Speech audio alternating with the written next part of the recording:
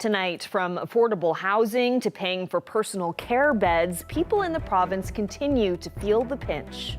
Calling for a housing emergency as the tent encampment now goes into its third week. And that emergency cannot wait till the end of October, and it cannot wait till next year's mandate or next year's Trump speech. People are struggling today. I mean, it's too little and it's too late. We'll have more on that story coming up on Here and Now.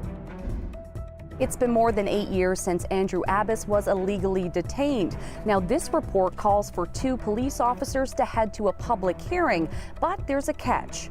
You know, right now they're arguing over who gets the blame, you know, or can they sidestep blame? Can they avoid blame altogether? I'm Ariana Kelland, and I'll bring you that story coming up on Here and Now. A big injection of public money is helping raise subsidy rates for beds at private personal care homes like this one.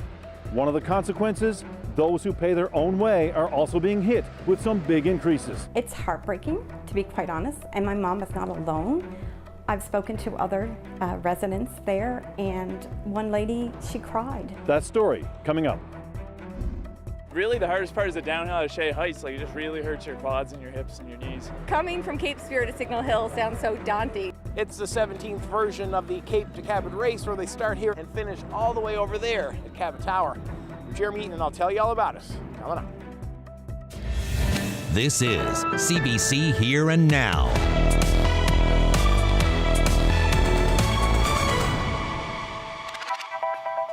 Good evening and welcome to Here and Now. Well, as the province struggles to deal with an ongoing housing crisis, the Premier is pushing to get the private sector to build rental homes. Premier Andrew Furey says it's proof government is responsive to housing needs. The NDP, however, says too little, too late. Here and Now's Ariana Kelland reports. Premier Andrew Furey calls it a 5-point plan.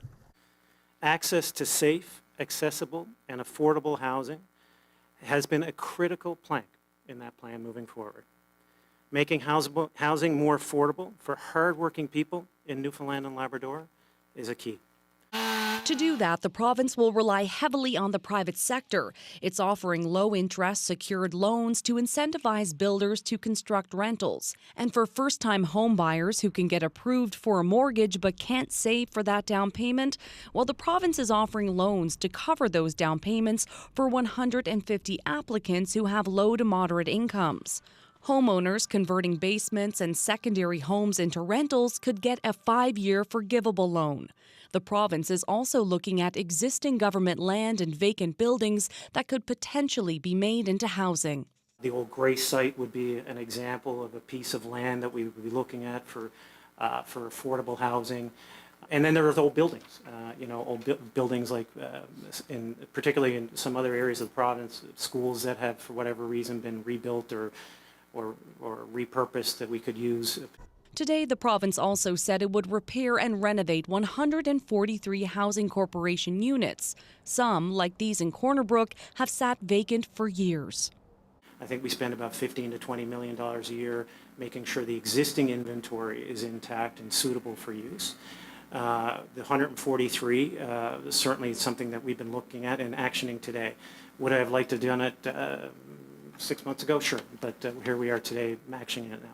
And I don't get the feeling there is a plan. This is cobbled together. Jim Dinn says these ideas aren't new and could have been implemented sooner. Here's the one key question. For the people who are now living in tents over there, when can they expect to have a home? For those who are in the shelters, when can they expect to have a home? The Premier did not provide timelines on when the housing crisis could become less acute, but says they are working on solutions. You can't just snap your fingers and houses are built overnight. Ariana Kelland, CBC News, St. John's. Well, meantime, homeless protesters are in their third week of sleeping in tents on Confederation Hill. There was another housing protest today, this time on the steps of Confederation Building. As Here and Now's Heather Gillis reports, organizers want the province to declare a housing emergency. For people who are homeless, and hopefully. It was a small protest in the pouring rain, but things got heated when Housing Minister Paul Pike tried to tout government's plan on housing. We hear you, we understand what you're looking for, and we support you. But while one politician got jeered, another got some applause. We need action. We will, as a caucus, support any initiative that will get people off the streets, will get people into homes that they can afford to live in. Thank you to all of you who are out here today telling us what needs to be done. Lee Bursey organized today's rally. He wants government to declare a housing emergency. And that emergency cannot wait till the end of October, and it cannot wait till next year's mandate or next year's Trump speech. People are struggling today, and we need to implore that this is a housing and homelessness emergency, and we've gotten to this emergency level in this province because too many plans have not come to fruition. Bursey wants to see governments stop treating housing as a commodity in the hands of the private sector. Robert Osmond, who's been homeless for 5 months, agrees. You have shelters like Lark Hall Street, University Avenue, which are slum of the slums. You guys pay top dollar for it. It's cheaper for you guys to put us in a hotel. The shelter residents here now are getting poorer and poorer. The ones who own the shelters are getting dirty, filthy, rich. And despite government announcements today to create more housing, some advocates say it's not enough. Mark Wilson says government's announcement today is too little, too late, and that homeless people face too many barriers. When people are trying to get into a shelter, there's a whole process where they have to be called back. Well, they don't, if they don't have a phone, they're not going to get called back. Meanwhile, some tent encampment protesters were offered permanent housing over the weekend, but 3 weeks into their tent encampment, still not everyone here has been offered a permanent home. Heather Gillis, CBC News, St. John's. The province is paying private care home operators more money to subsidize beds, and that's caused costs to jump and left people who pay for the whole expense of a bed feeling squeezed. As Terry Roberts reports, some families say it's forcing them to make some tough decisions.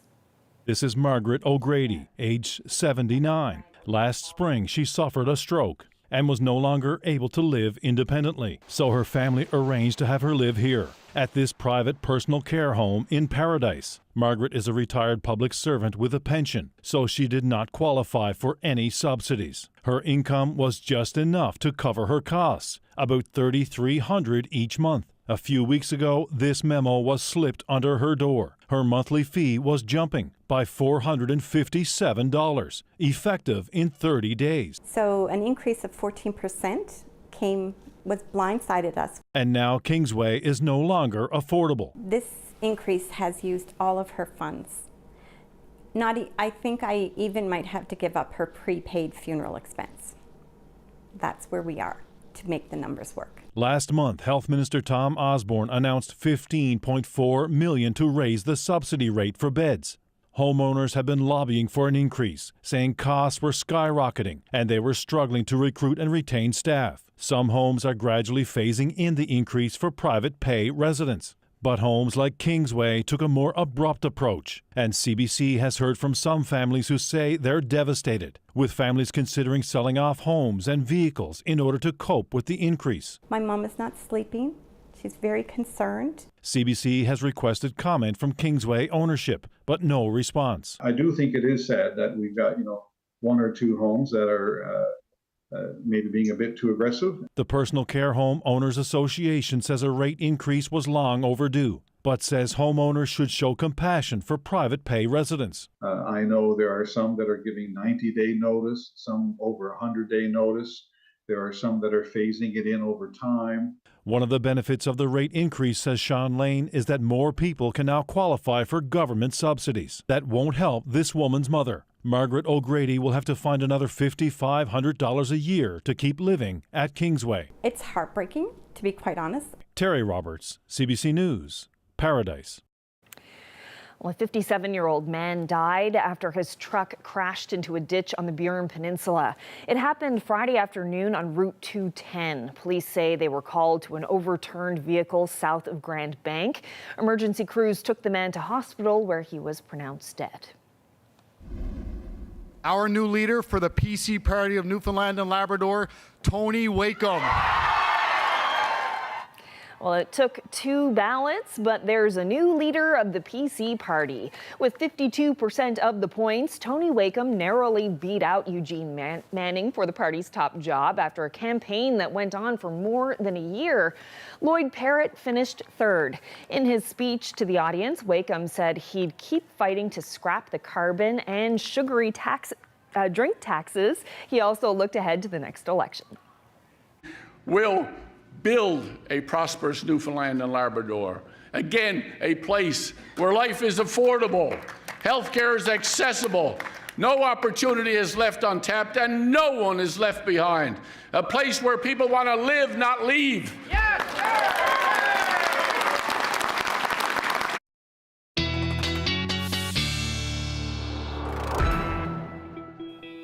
Well, it may have been pouring rain for most of the island today, but up across Labrador, you saw your first dusting of snow. This is in Lab West. In fact, the latest first snow you've actually seen since 1975. The latest before today was October 2nd in that year. So maybe some of you are happy or some of you are sad that this was the latest first snow, but don't worry, there's probably more on the way in the coming weeks. But for now, we are talking about rain across the island, and quite a bit of it. Most of that heavy rain has now ended, for the most part tapering to showers at the moment, but we do still have that rainfall warning in place. Still expecting the rain to continue, at least shower activity to continue for most of eastern Newfoundland as we head through the overnight tonight. Wind warning in place for Burgeo. Your winds should eventually ease through the overnight tonight, but if we take a look at those winds right now, gusting or sustained at 60 kilometers per hour in Twillingate, even more so as you factor in those wind gusts. We'll talk about how long this wind will last when I come back. Thanks, Ashley. More than 100 people came together in St. John's yesterday to show support for Palestinians and draw attention to the thousands of lives lost in the Middle East. This as the conflict between Israel and the militant group Hamas continues. It's a situation that not only affects people overseas, but also here in this province. From the river to the sea, Palestine will be free. Palestine will be free. From the river to the sea, Palestine will be free. Palestine will be free. Well, some of us were really upset and really scared for civilians and especially women and children in Palestine. We have family members and community members who are Palestinian, who we care about. And you know, there's a lot of, we were looking somewhere to put our energies and our good wishes and our prayers and our political views together. Free, free Palestine! This is a vigil and a rally. I guess it's really the vigil for me, and the reason why we preferred vigil was because we really wanted to show Palestinians across the world that we are watching, we are being vigilant, that we want to let our political leaders, Trudeau, governments know that that we're watching this atrocity happening.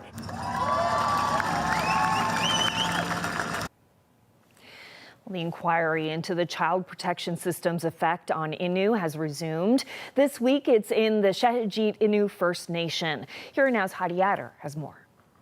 For the next 2 weeks, community members can speak at the youth centre, addressing the commissioners of the inquiry respecting the treatment, experiences and outcomes of Innu in the child protection system. With the many lawyers who are working for the families, the lawyers working for the commission, the people who speak with us, we want to be an inquiry that gives real results. Since the inquiry started in February, Innu have been sharing struggles with the government, the church, and the intergenerational trauma they caused. The first speaker today called on everyone to listen to those who speak, but to also remember those who never returned. I remember how hard for me to tell my people what I went through, because none of them didn't quite understand. how I went through in my life. And I also think I remember those people who didn't come home. They were the ones who were supposed to tell the people in their community to know what their situation was when they went to the school, other communities. Igloliarte says the commissioners are committed to make recommendations to help the Innu take over their own child protection system. The meetings run this week and next. Heidi Adder, CBC News, Shaji, Innu First Nation. Well, Sport Newfoundland and Labrador celebrated a significant milestone this weekend, the 50th anniversary of its Sports Hall of Fame. 6 people were inducted this year: Charlie Babstock, Eric Easton, Donald House, Mary Oakley, Jean Thompson, and Saraja Wadawan. We swung by the rooms where Sport NL also has its own exhibit. It's a special night. We're celebrating our 50th anniversary for the Newfoundland and Labrador Sports Hall of Fame tonight. 50 years of recognizing sport accomplishments in our province. It's going to be a fantastic night. A lot of people here that are already in our Hall of Fame. 6 new inductees going in tonight. And we're here at the rooms. That's, it's a great venue for this. So we're really looking forward to it. Where I lived, there was no sports. But when I did grow up, the opportunity came. And I guarantee you I took advantage of it. When you recognize these people that have, done so much in their career, they've really kind of helped us pave the way for sport in our province. And it's not just athletes, it's administrators, volunteers that have done a lot of good work. And without those people, sport wouldn't exist. So, it's really important to keep recognizing the people that contribute so much to the sports sector in our province. We have an exhibit going on here at the rooms tonight. So we don't have a physical Hall of Fame in our province. One of the only provinces that don't have one. So we approached the rooms a little while back, and they were generous to give us an exhibit for a short period of time to highlight and honor some of our Hall of Fame members that have really accomplished a lot of big things in the sport world. To be recognized with this honor. I don't think there's a person in this room that don't understand the benefits of sport and being involved and participating. The community connections that people have with sport, and so for me it's important to kind of stay involved. I've been here now I'm in my 19th year with Sport NL, and it never gets old. Coming here, seeing these people recognized and honored, it's always a pleasure to be here. Well, staying with sports, more than 400 runners took advantage of a sunny Sunday in St. John's to run the 20-kilometer route from Cape Spear to Cabot Tower. Yesterday marked the 17th running of the annual road race, which bills itself as one of the hardest running races in North America. Jeremy Eaton hung around the finish line to speak with those taking part. In running circles, this is considered one of the hardest races in North America. That's because it's 20 kilometers. 17 kilometers of that is hills. You're going up and you're going down. Runners start here and they travel 20 kilometers all the way over there to Signal Hill. Cheering on 442 registered runners that are going to leave here and climb a few hills, go down a few hills, and hopefully get to the top of Cabot Tower. We currently have 8 runners who have ran it every year and are back again this year to compete. What makes this the best race in St. John's? Because when you go uphill, you're using different muscles than when you go downhill, so you get a break between hills. It's perfect. A lot of times we were traveling in the fall and ranging at registering was always challenged, so lucky to pull it off. So didn't expect it. And after 5 years, though, they kind of gave you like a little award, little plaque, so I said, why not? It's also one of the more rewarding races in North America. You can start at the Cape, you can actually look across here and see your finish at Signal Hill. The winner of the 2023 Cape to Cabot running race. Look at him go, Ben Collingwood, ladies and gentlemen. In a time of 1:15:20, that is very fast. I'm exhausted. For people who don't know running, how hard is this race truly? Really, the hardest part is the downhill at Shea Heights. Like, it just really hurts your quads and your hips and your knees. So there's a grind coming at the end. A lot of supporters coming up Signal Hill, so that's great. Come on, well done. Typically, I have other races on the schedule this time of year, so I've never had the opportunity to really run it. I've been injured most of this year, so in August when I started getting back to some consistent training, I was looking what my options were. I said, you know what, maybe this is the year to try Cape to Cabot. So here I am. I've done all of them. Why? I know, I keep asking myself that. But it's a challenging race, and I enjoy it. This is your 17th. How are you feeling after the 17th one? I'm feeling pretty wiped. What's your motivation, Florence? No, Jeremy, it's like I'm addicted. I'm always going to stop, and then every year I just want to, I don't know, I enjoy to run, and I know I can do it. I don't have aches or pains, anything to stop me, so why not? Grand run with Bernadette. We were she was ahead of together me. most of the way, back and forth. And then I'd pass her, and then she'd pass me. But you came across at the same time. How did that feel? Oh, wonderful. That was the best. Yeah. She Dragged said, each go other. ahead, and I said, no, we're going together.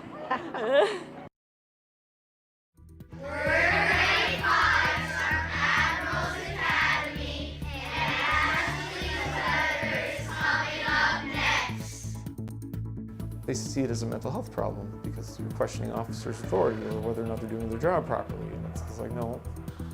Illegally detained for a tweet. 8 years later, one man is still fighting to have police held accountable.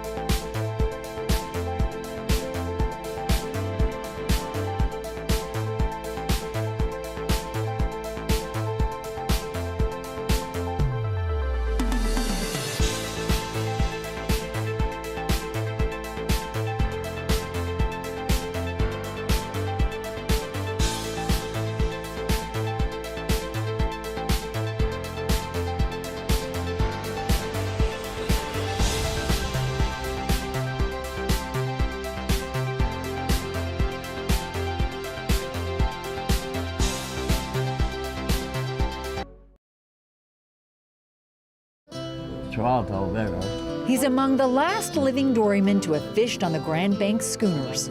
Watch our season debut, The Daring Doryman, Sunday at 11:30 and Monday at 7.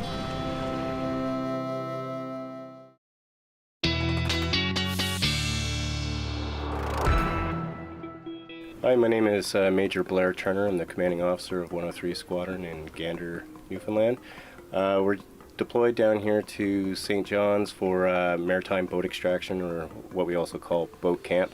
So we have a variety of different styles of boats out on the water, and then the helicopter has to come and insert our Sartex and extract the patient. And we just simulate that while we're down here in a high saturation environment. So crews are getting lots and lots of exposure to that, so when we have the real thing, they're ready. Cool. Well, welcome to St. John's, Major Turner, and to the other members of the 103 Search and Rescue Squad, and apologies for the weather. Yeah, it was quite a rainy day, certainly for helicopter training, but search and rescue crew, maybe that's a good thing. The rest of us, not so much. No.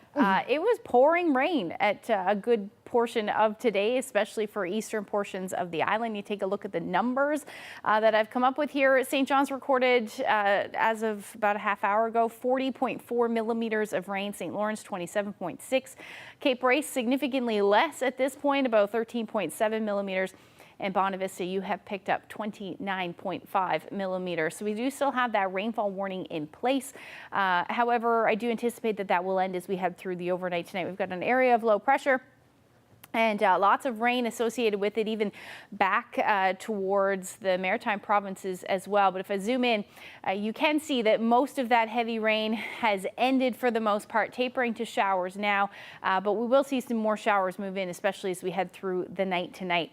Now, taking a look at the current temperatures, it was mild to start today in St. John's, down to 9 degrees. And that will be the rule, really, these cooler temperatures as we head through the next day or so. Up across Labrador, temperature down to 1 degree in Makovic. It was snowing earlier in Nain as well. You're down to 2 degrees. And that will generally continue as we head through the night tonight. So there's that area of low pressure offshore. You can see that counterclockwise rotation. We've still got those northerly winds bringing in those cooler conditions, but the wind is going to continue as well. We'll see another round of showers move through the Avalon tonight. Otherwise, fairly quiet night tonight. Just that cloud cover will stick around, and also those windy conditions as well. If we take a look at what is going to happen with those winds, I showed you a little bit earlier, gusting to about 91 kilometers per hour in Twillingate at the moment. Really anywhere on those north-facing coasts is where you're seeing the majority of the wind. But this will continue tonight, right through the overnight, with those winds gusting as high as 90 kilometers per hour in those exposed areas. Otherwise, a wide area of seeing 60 to 80 kilometers per hour as we head through the overnight tonight. Eventually, that will taper off as we get into tomorrow afternoon. Now, the other thing with this, when we see high winds, also an area of low pressure, we're looking at the potential for some storm surge, particularly around high tide. Environment Canada has issued a special weather statement saying from Cape Race through to Cape St. John is where we're likely going to see that. Now, first high tide tonight between 7 and 10 p.m.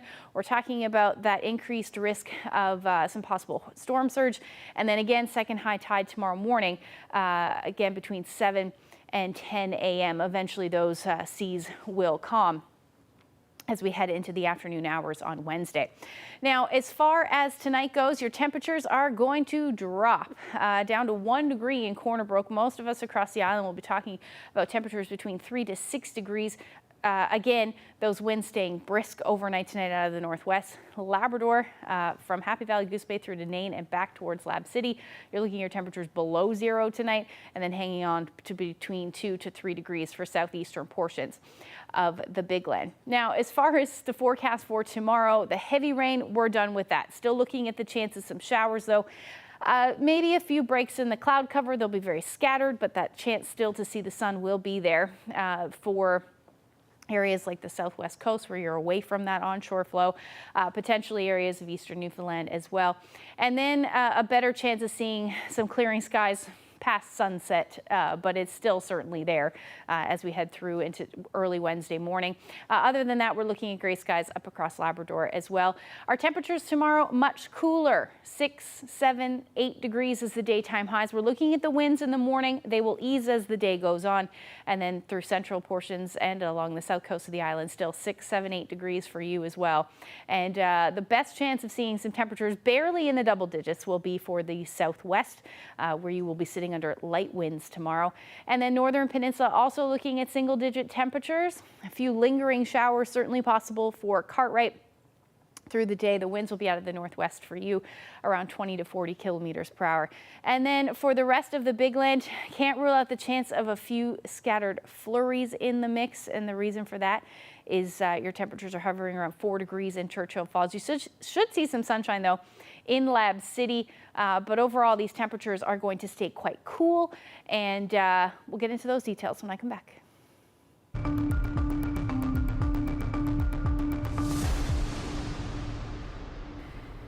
It's been more than 8 years since 4 RNC officers knocked on Andrew Abbas's door. Abbas was living in Corner Brook at the time and had posted a series of angry tweets after a man was shot to death by police. As a result, Abbas himself was detained for nearly a week. Now, after several reports and appeals, his illegal detention case is set to go before 2 public hearings.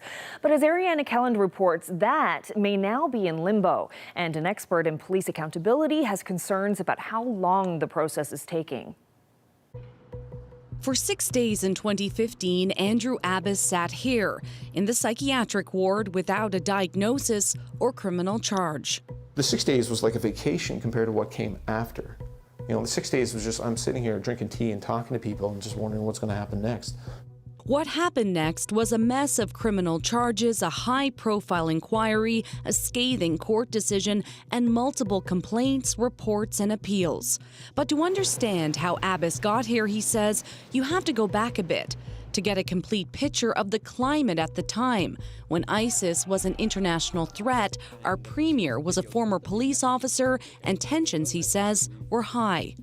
Abbas, disturbed by what he saw as the federal government advocating for genocide in the Gaza war, came here to file a complaint. I wasn't expecting to get anywhere. You know, I was trying to spark a conversation. About a year later, RNC Constable Joe Smythe shot and killed Don Dunphy. Smythe was there to investigate what was interpreted as a threatening tweet by Dunphy, an injured worker who aired his grievances about workplace compensation on Twitter. In the days after, Abbas was angry and saw both his cause and Dunphy's death as cases of government overreach. So as a rhetorical question, how about this one, Premier Vanel? I'm going to bring down Confederation and see politicians executed. Are you ready to have me shot, coward? I figured they would arrest me. Police knocked on his door and detained him under the Mental Health and Treatment Act, landing him here for 6 days. A judge declined to hear his application to get out. What came after was hell and misery and just fighting and arguments and just so much unnecessary stuff. 2 years later, the Court of Appeal offered this ringing defense of political dissent. If anger about political events and words of defiance to authorities are dealt with as signs of mental illness warranting involuntary committal, then our society is in a dangerous place. 2017 was also the year Abbas learned, along with everyone else, the backstory of how he was detained. These deleted messages were recovered and revealed at the Don Dunphy inquiry, examining what happened the day Smythe went to Dunphy's home.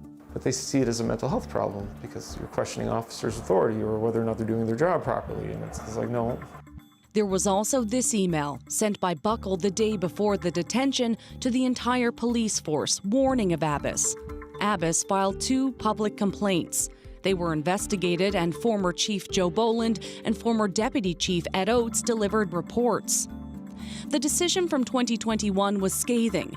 It said that Buckle, or Officer X as he was called, was the driving force behind an illegal detention, was the cause of a toxic work environment, was a bully and intimidating. A larger-than-life persona ran unrestrained. But Buckle had retired, and they concluded nothing could be done. Abbas appealed again. You've got an officer who abused his authority, and I think there needs to be a clear message sent that that kind of thing is not acceptable.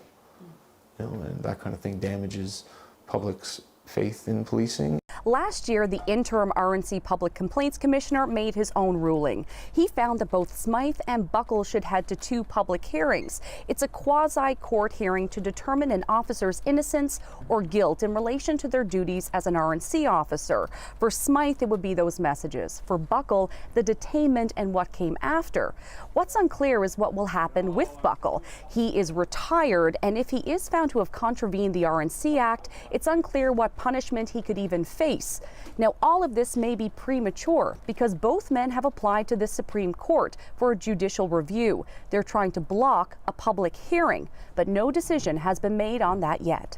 It is too long, it is too costly, and it serves seemingly to frustrate individuals who would dare to try. Temi Topa Oriola helped shape legislation on police oversight in Alberta. He says Andrew Abbas has been failed in his detainment and in the police disciplinary process. Positive engagement cannot be there when it takes nearly a decade to hold a couple of police officers accountable. Oriola says this case also highlights the inherent risks when the Mental Health Act is applied in haste. Abbas wants to see legislative change to the act. Abbas isn't satisfied with some aspects of the Commission's probe and believes it could have gone further or been sent back for another police investigation, specifically about the deleted messages. He says for now the public hearings, if and when they happen, are better than nothing at all. Just to get people asking questions about what's going on and why this culture of impunity exists in our police force, because it doesn't seem like it's helping the public's faith in policing in the province. Ariana Kelland, CBC News, Happy Valley Goose Bay. And I heard it last time on the doorsteps, and it's heart-wrenching. I mean, people's stories will, they changed my life forever. A new job for labor activist Mary Shortall. Our conversation is coming up next.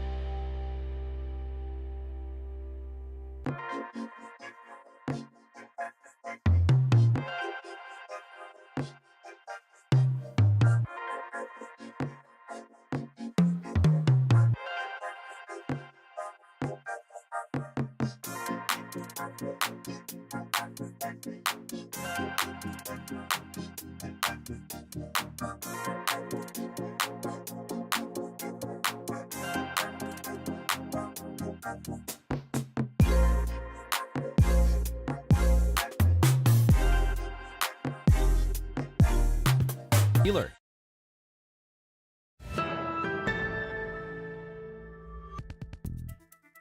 A well-known labor activist from this province has been elected the new president of the federal NDP.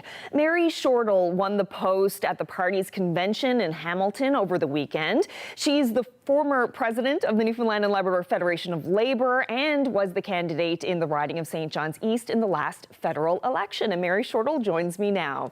So congratulations on the new job. Thank you so much, Carolyn. Thank you. Well, one of the headlines to come out of the convention this weekend is the ultimatum to the Liberals over universal pharmacare, that the NDP will walk away from the supply and confidence agreement if there's no movement on pharmacare, and that, of course, would trigger an election. I'm just wondering, what is your sense of how members generally feel about this supply and confidence agreement with the Liberals? Well, I mean, I've been knocking on doors here in St. John's East as well in anticipation of the next election. And I heard the candidates from all over the country who stood up. And obviously, there is a lot of people who said we need to go a bit further. We need to go faster. I think New Democrats are always expecting more and more. By and large, the tone of the convention was, we understand that this has to happen. We absolutely know that the things that we've been able to get for people right across this country may not have happened if this supply confidence and supply agreement wasn't agreed to. And so there was a good discussion. Jagmeet did a very good conversation with the delegates about explaining why that's so important.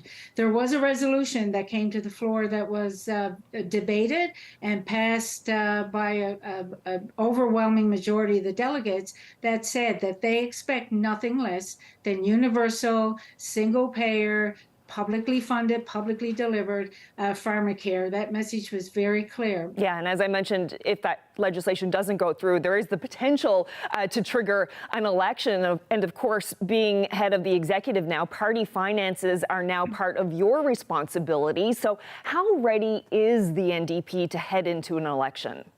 Well, the treasurer of the party gave a report on the first day of convention to say that the debt from the last election is just about done. And I know there's been a lot of fundraising that happens. Of course, it's happening with all political parties. There have been a lot of candidates nominated early this time.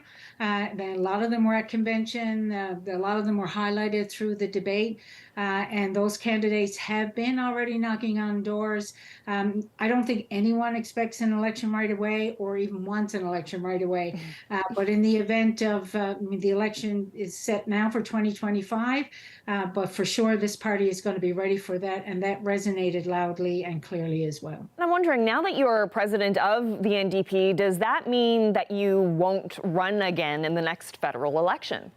Oh, no, absolutely not. My intention is to run. In fact, I have been officially nominated by the Riding Association as the NDP candidate, and I'll be well versed on the issues. And I think through my experience, both in the labor movement, but also as a prior candidate and listening, the one who's now knocking on doors and listening to people in St. John's East, I also think I have a lot to offer. And I believe that will strengthen my ability to communicate with the people in the riding and to understand and listen very clearly to what their issues are. When I heard that you landed this job, I couldn't help but think that former labor leaders from this province are having a little bit of a moment on the national stage, landing some pretty big jobs. Like, I'm thinking of Lana Payne, president of Unifor, and now you're president of the federal NDP.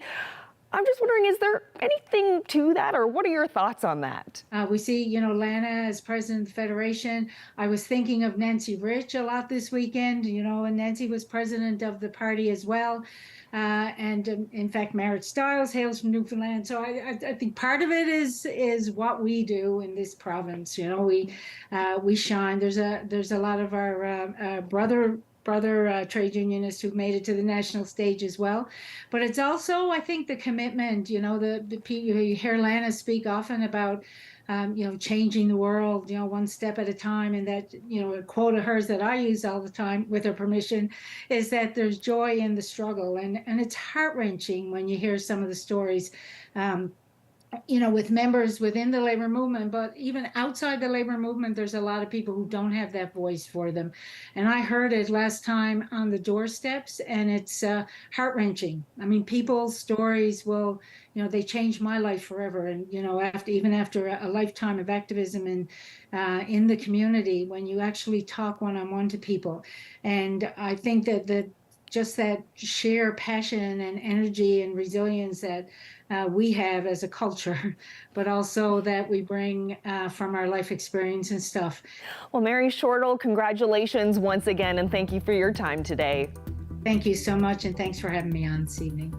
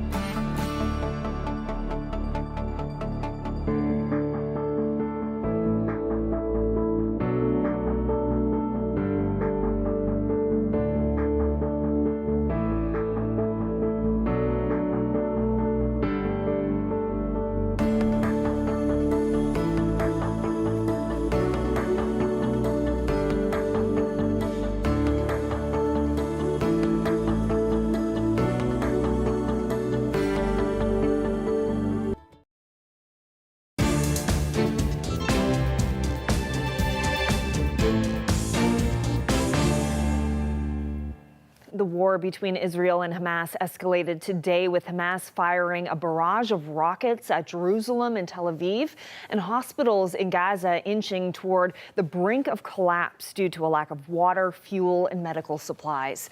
Diplomatic efforts to let aid reach Gaza fell through. Israeli authorities have ordered the evacuation of villages in northern Israel amid concerns the war could spread to the new front. The death toll has continued to climb, with at least 1,300 Israelis and 2,800 Palestinians dead. Well, Ottawa says it's doing all it can to get Canadians out of the conflict zones. Today, it announced that 30 people, mostly Canadians, had traveled from the occupied West Bank to Jordan by bus. Paul Hunter has more. At Rafah, the Gaza Strip's southern border crossing with Egypt, the gates are still shut tight as desperation grows. Some 300 Canadians are among those trapped in Gaza while Israeli airstrikes continue, and as efforts by Canada and others to negotiate a way out for foreign nationals have failed. Among those stuck, Palestinian Canadian Asia Mathkour and her family, who recorded this message to send to CBC News. Bombings are going near us right now, and we are scared that any minute, any second, a bomb could drop us next to us, and then we'll be all collateral damage. We have no time to be safe. We need Canadians to be moving. Meanwhile, success today for 21 Palestinian Canadians in a Canadian government-organized bus journey out of the West Bank and into Jordan. More may follow. The West Bank is not part of what's happening in Gaza, but tensions here are high, as are fears that what's happening in Gaza could spread. But by no means do all Palestinian Canadians want to leave.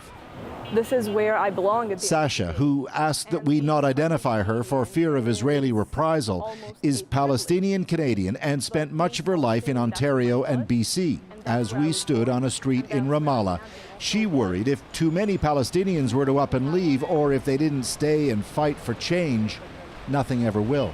I'm against things calming down now, and I am fully in support of just things going insane to the extreme.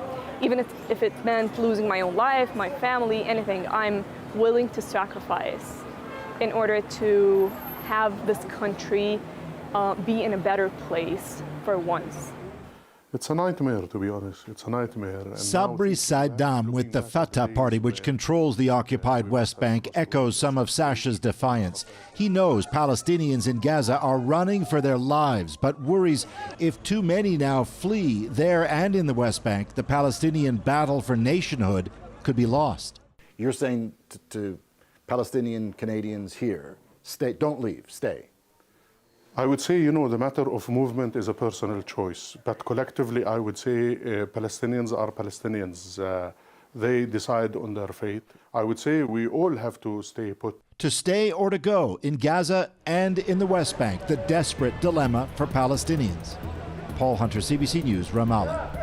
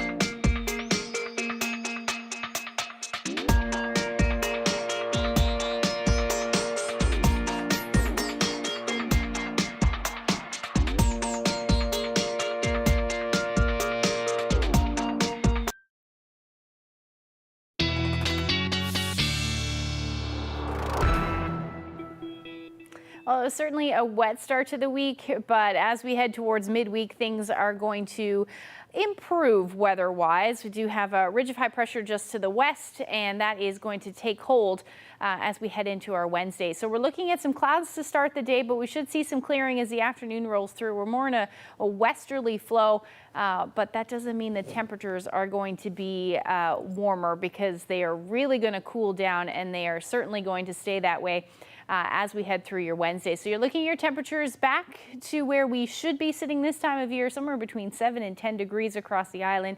And for Labrador, you're looking at similar temperatures, 6 to 9 degrees through the day. Lots of sunshine, maybe a bit more cloud cover to the north, but for the most part, a fairly quiet day. You'll likely see a few showers to start the day in Corner Brook, but your afternoon should feature some sunshine. Now, that will be the story as we head into Thursday as well. Really not a whole lot of weather as we head towards midweek, but we're looking at the chance of a few showers for and along the south coast of the island through the day. We'll start to see more cloud cover move in across Labrador, especially as we head into the evening hours. And then again, that chance of showers will move right along with it, especially to the north and eventually to the west as well. Now, temperatures where you're going to see a lot more sunshine should climb into the double digits, just barely, but about 12 degrees for Cartwright. Same thing for Happy Valley Goose Bay. Nain, you'll hover around 9 degrees, but towards Lab West, you'll hover around 8.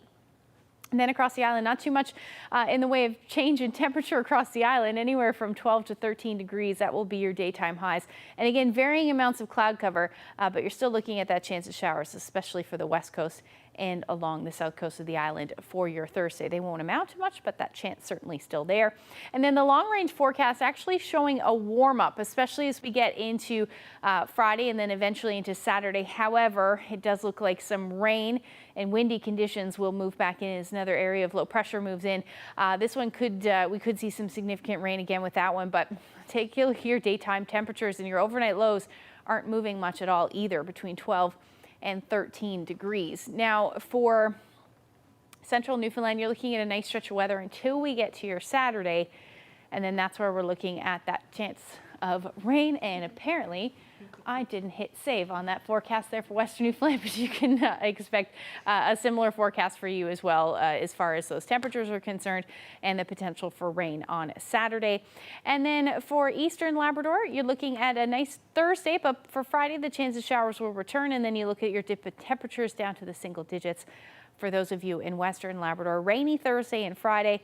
And then look at your Saturday, down to 2 degrees. I know you woke up to snow today, but you are looking at that chance of a few flurries on your Saturday as well, and your overnight lows will be dipping into the single digits. Now, just before we leave you tonight, how lovely is this shot? Oh, this cute little Vivi, apparently, enjoying the pumpkin patch. Yes, Angela shared this great shot with us. If you have any, you can send them to Facebook, but best place is to email them to nlphotos@cbc.ca.